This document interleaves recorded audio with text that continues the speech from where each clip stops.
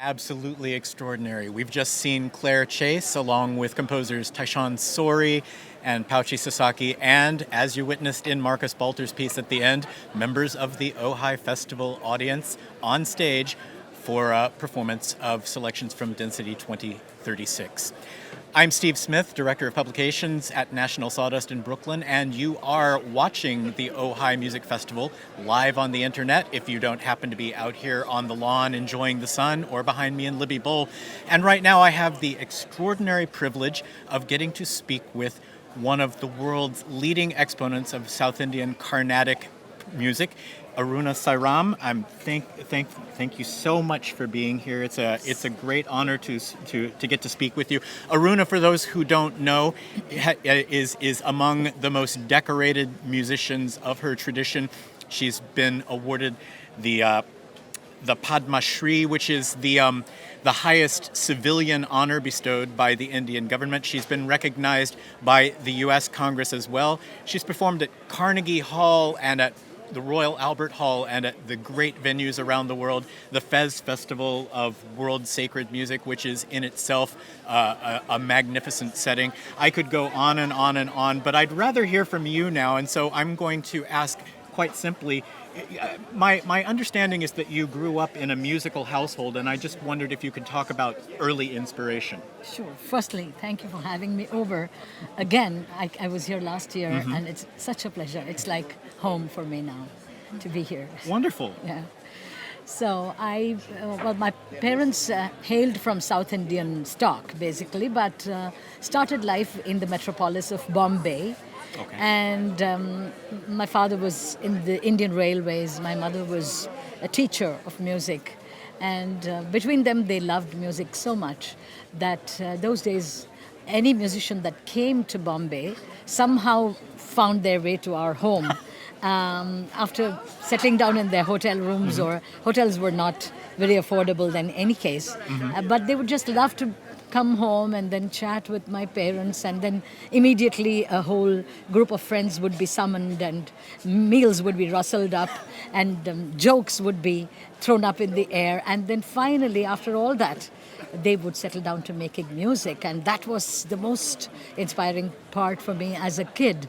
I thought, well, this is really fun, and that's how I think I ended up becoming a musician. Well, that was what I wondered, is at what age did you realize that music would in fact be your calling, your profession? Yeah, that was much later, actually. I started learning unconsciously from my mother when I was very young, then consciously, then at the age of 10 I became a student of my guru, T. Brinda. That went on for many years, but with all that, I somehow thought it was a hobby for me.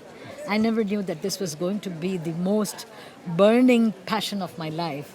But in my 20s, certain personal things happened, when difficulties hit you, that's when you really think about what you really are. Sure, or what sure. you really should be, or what you're seeking. So at that age, then I knew that it was music and nothing else that could be me. So Now, speaking for myself, but I think also on behalf of a number of the people who will be here in the Ojai Festival audience, I'm very familiar with Western classical music pedagogy. I know the steps you take to learn how to play your instrument, to read music, to learn harmony, to learn etc. But I wonder if you could tell me a little bit about the tradition and the discipline that you went through in attaining the musical status that you've achieved today. yeah, so as kids, many kids in this particular group of music interested families, what they do is practice starts early in the morning. So Right.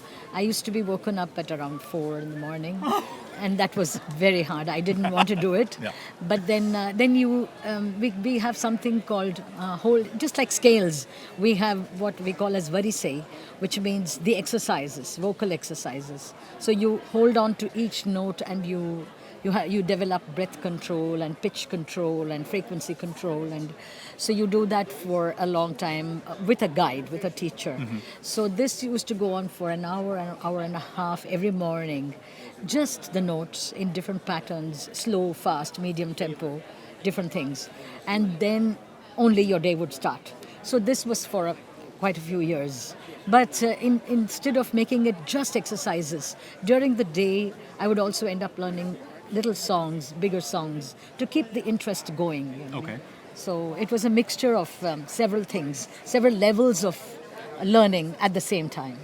And to what extent is there, if at all, a written tradition involved as opposed to an oral passing down of information directly from guru to student? Yeah, that is primarily most important. We believe that the auditory, the oral, the face-to-face, person-to-person interaction is the best way to transmit this tradition. So that is still very valid. But that apart, nowadays there is a lot of written material and all the theories and exercises and levels of learning, everything is notated.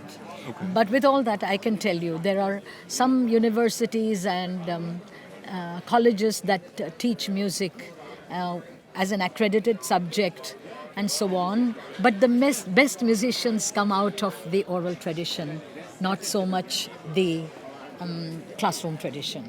Okay, and you are active as a teacher yourself, are you not? Yes, I am. I do teach So quite a bit. what is your practice then as an instructor? Face to face, person to person. Actually, I would love my student to travel with me. Right now, I have a student traveling with me. She's here. So, the best way for the student is to see the master practice, teach, as well as perform on the stage and be part of that whole process. I think that's the best way they understand all the levels of how the person transforms from a practitioner to an artist. Okay. And a performer. Sure. So I think that's the best. But then today we also use as a supplementary tool stuff like Skype lessons and so on and so forth. We do that. Okay. I don't do too much of it, but there are teachers who do it, and with considerable success, I should say.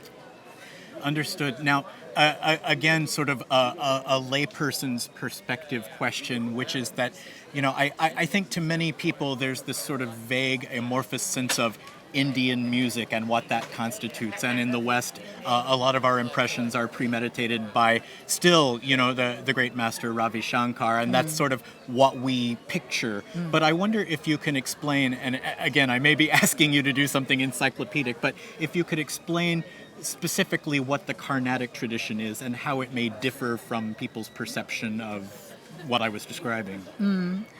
At some point in history, the North Indian classical and South Indian classical had a small bifurcation, not too much. For example, the basic principles are the same. That is what we call as raga. Raga means it's a melody. Right. It's a prescribed certain pattern that you follow when you're exploring a certain melodic pattern. And you don't breach that pattern because you want to keep the mood of the raga intact. So that principle is applicable to both the systems. Also the rhythm. In the north they play the tabla popularly, and in South Indian we play the mridangam, which is a two-faced drum, horizontally placed. So those are the similarities, but that apart, there are differences. Like the oscillations, the microtonal movements in Carnatic music are more intricate, I would say more like filigree work, more that escapes the uninitiated ear unless you're really tuned into it. So it takes a little longer, just that little longer, to listen to Carnatic music, but 2 concerts down the line and you will be on it because you would have understood what it really is trying to tell you. So that's one difference. The North Indian sort of stays more on the note and deviates less. Okay. And in the Carnatic, it deviates a lot. I mean, the oscillation. Right. And rests a little less on the actual note. So that's one difference. Then, like in Western classical music, the composition is sacrosanct in Carnatic. Really? Okay. Yeah. That is, there's a certain composer, and you have to be faithful to that composer's vision of that composition. And though you may interpret, and you do interpret, you don't do it every time the same way, or 2 different artists don't do the same piece the same way. But still the spirit has to be kept intact, and there is a certain sanctity for that composition. So I would say the Carnatic system is an alchemy of a lot of composed music, blended with a lot of improvised music. So both in equal measure. That's quite extraordinary. Now, when you performed here last year, and I have this on hearsay because I was not here last year.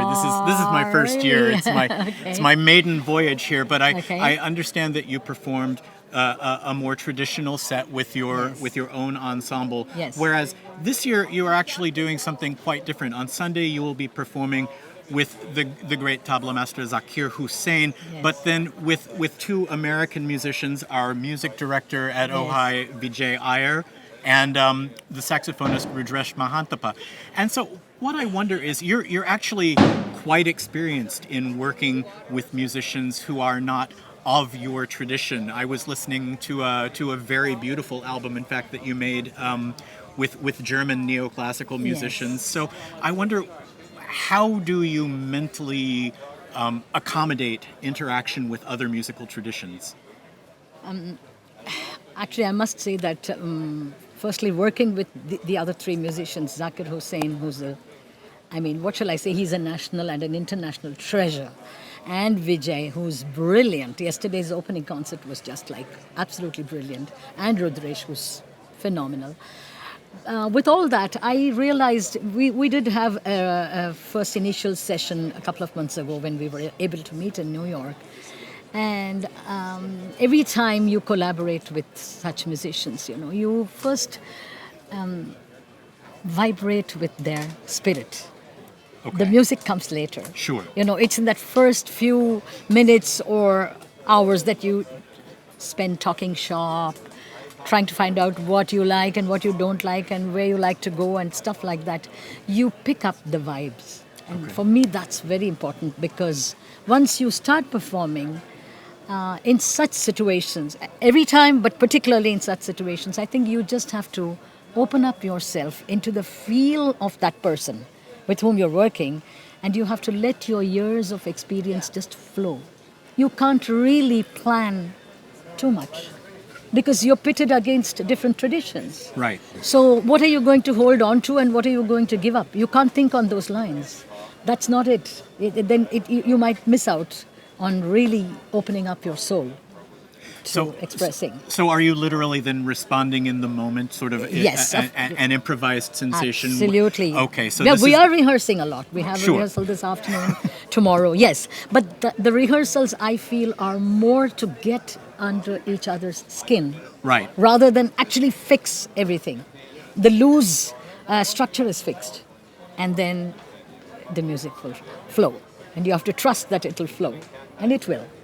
So you've actually, it seems like this is an important thread in your career. You've worked with French musicians and Yes. Moroccan musicians, the German project that I Yes. mentioned just a moment ago. Yes. I mean, you've interacted with musicians from a great many different traditions. What does that do to inform your music, if anything? Perhaps that's a bad question because you spoke about Yes. how loyal you have to be in the Yes. Carnatic tradition. But I Yes. just wondered, what is the impact for you? Yeah, no, when I said that, I didn't mean you exactly that you have to be loyal to the music tradition. I mean you have to be loyal to yourself.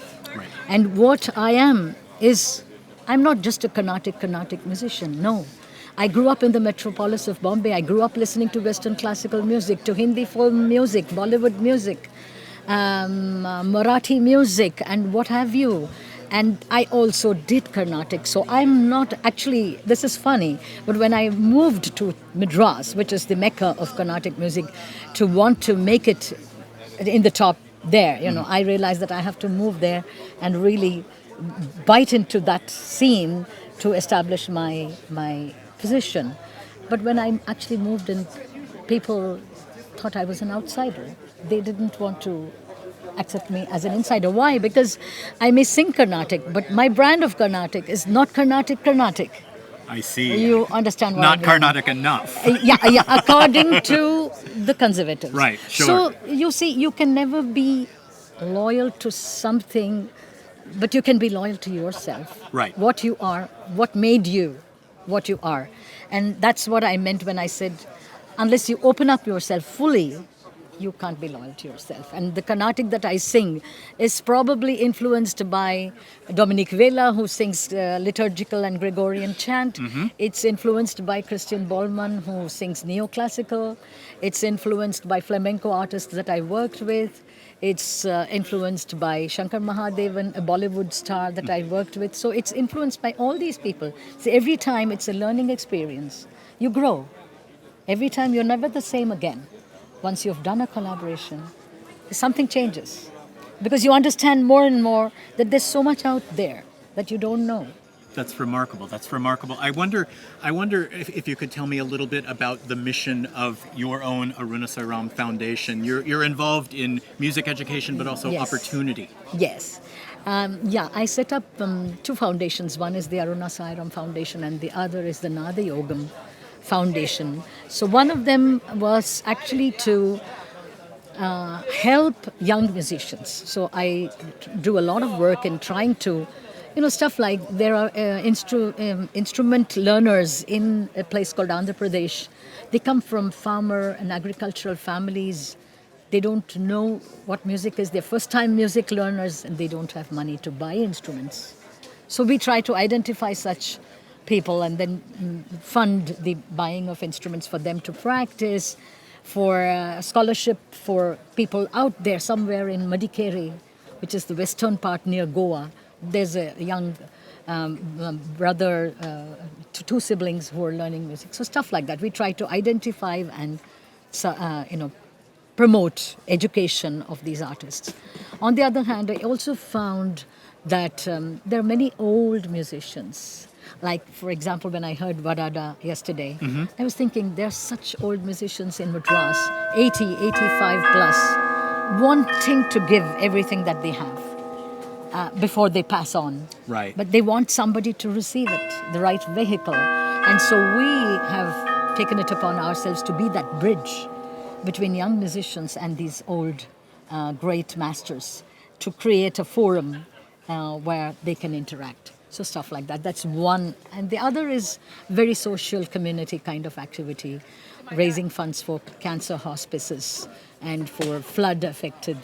That we in Chennai were afflicted by floods twice in 2 successive years. So trying to re-establish flood affected people. And so very, very community driven to make music relevant to people that don't know music on the one hand, and then those who know music on the other hand. Marvelous. Wonderful. Thank you so much for taking the time to speak with us. We actually have a real treat for you now, which is we are going to see video of your performance from last year's festival. So this great. is Aruna Sairam and Ensemble, Music and Beyond.